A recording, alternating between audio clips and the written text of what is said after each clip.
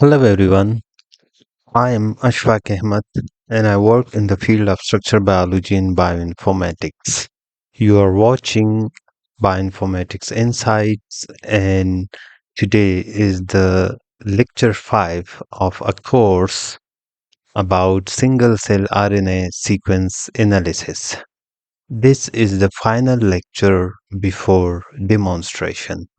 And after that, we will cover two more lectures for the demonstration. If you haven't watched the initial four lectures, I would strongly suggest you to watch those lectures. Otherwise, it will be difficult for you to understand this lecture 5 in a sequence form. Okay, so let's start. From biology or from numbers to biology.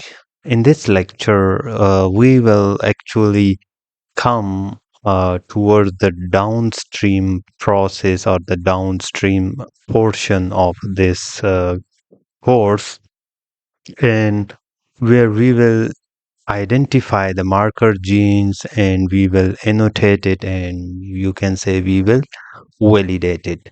So, for example, I am dropping a simple question for you: how cluster 3 become beta cells and how we check our own work against the original published expert verified answer. So after watching this lecture, you will have some idea. Okay, what makes a gene a marker gene? Most of the time we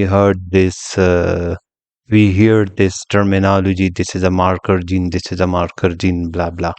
What actually a marker gene is? So, we have group of cells, but what are they biologically?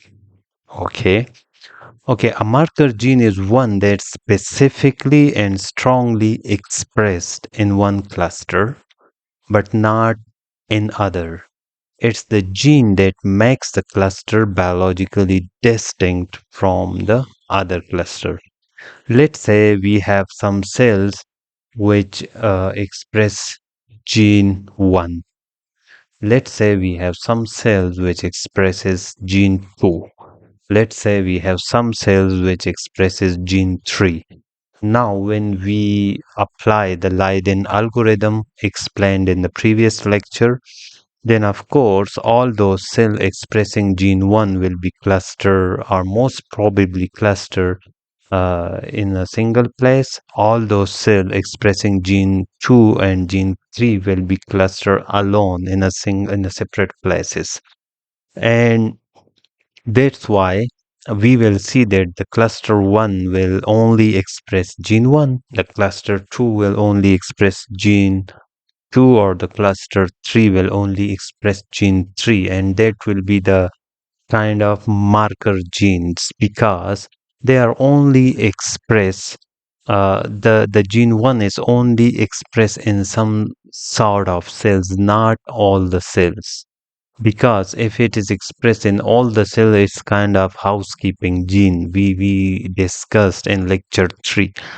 So we were already behind or to detect the hypervariable genes, but not the hyper, actually the highly variable genes. So in fact, now I hope you understand what the marker gene is. A gene that is only expressed in a certain cluster, but not in another cluster. We will call it marker gene. But how do we find such marker genes statistically? To perform or to find out and to validate it statistically, we will run Wilcoxon ransom test.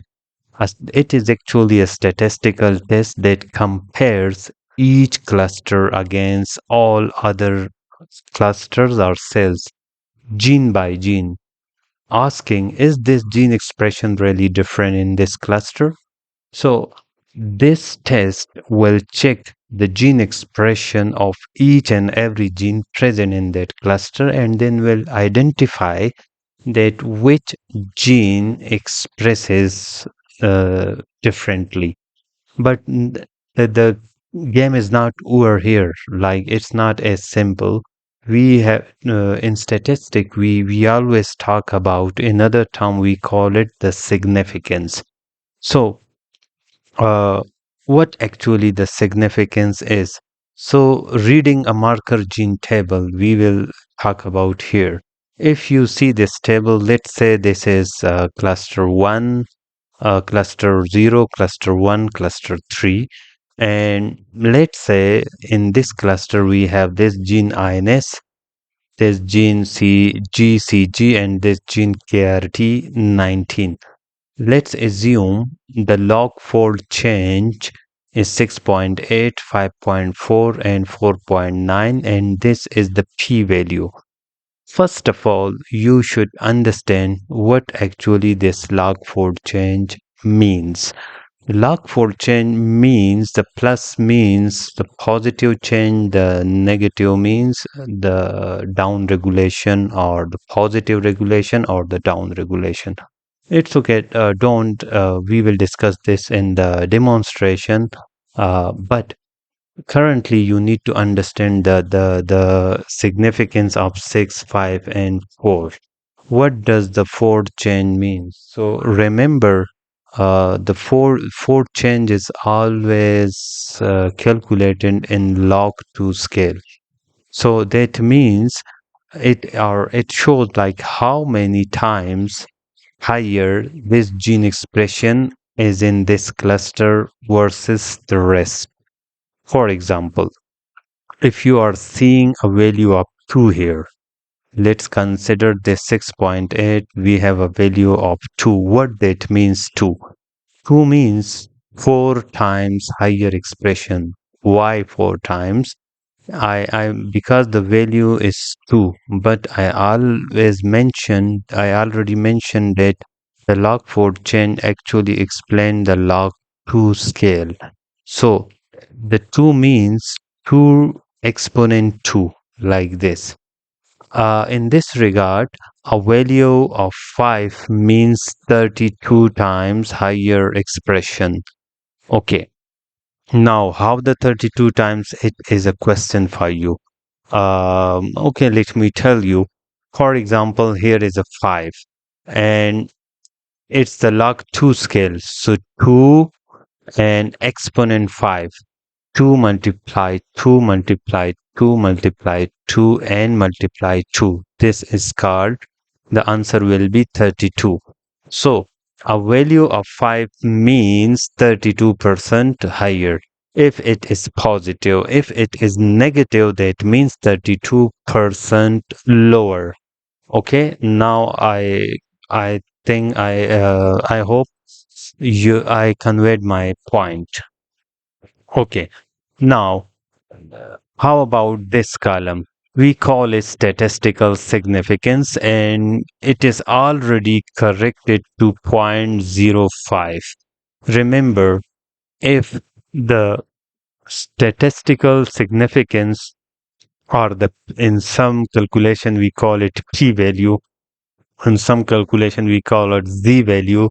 In this calculation, I name it p val or it just okay.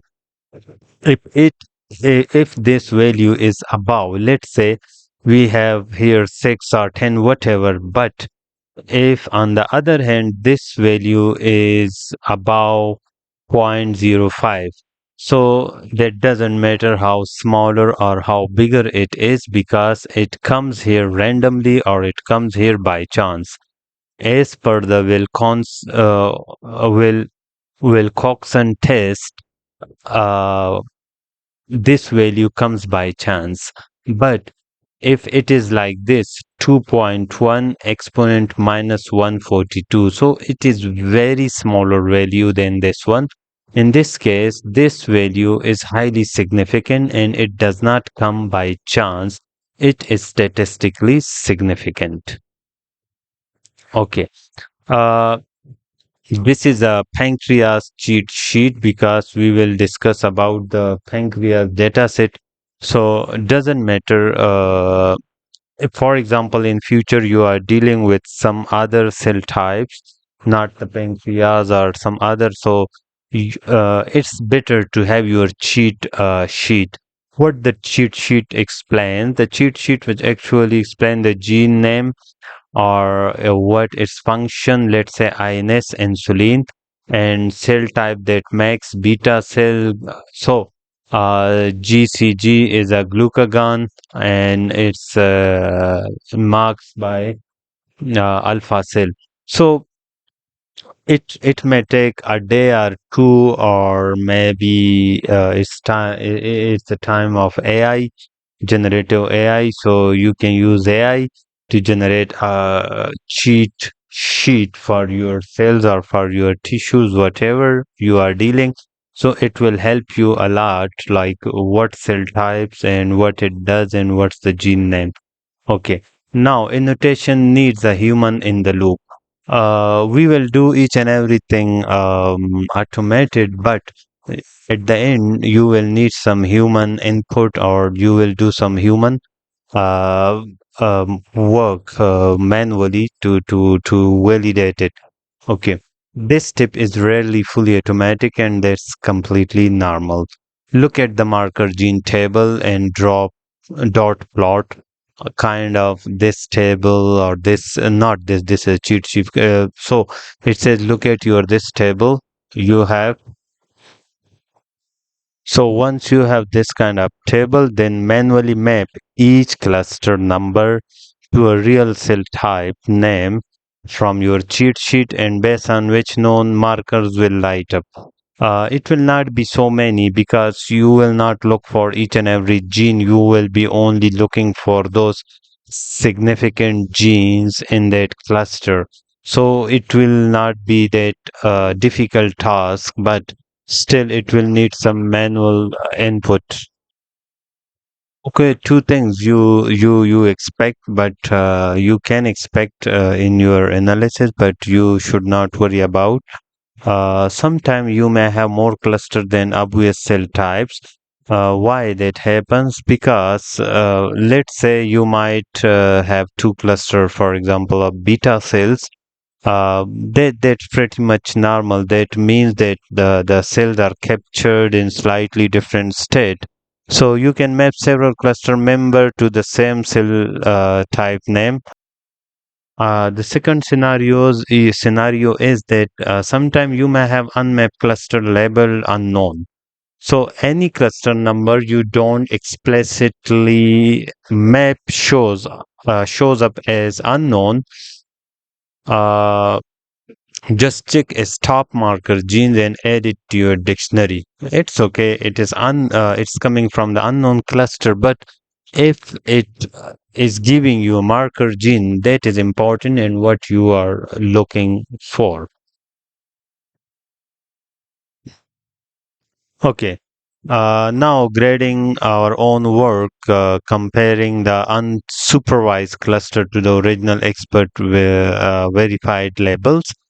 During the analysis, we will have a heat map, and those heat map can be mapped or with the original published work. Let me tell you that we are doing these steps, or you will need to do this step not to just repeat that data, but just to verify that you are not you are not having so many different results. So for this sake, it is required. And you can also check the adjusted rank rand index. We also call it ARI, and a single number quantifying agreement. You will have some numbers from 0 to 1. The 0 will always shows the perfect scenario, and not the 1 will always show a perfect scenario, and the 0 will always show no better than a random chance. So and in the middle, you may have many numbers in the middle, but let me tell you as a rough guide, point 0.5 also reflects a strong agreement for a real biological data set. And we will discuss, or we will choose this in the real data set when we perform our practical demonstration. in the next two sessions. So, uh, if you watch all these five lectures, then I would suggest you to also watch the coming two sessions where we will perform on the practical dataset and we will practically demonstrate all these stuffs we discuss in these five lectures. If you are liking my work, so please thumbs up and subscribe this channel for more interesting videos. So far, all the best and bye bye.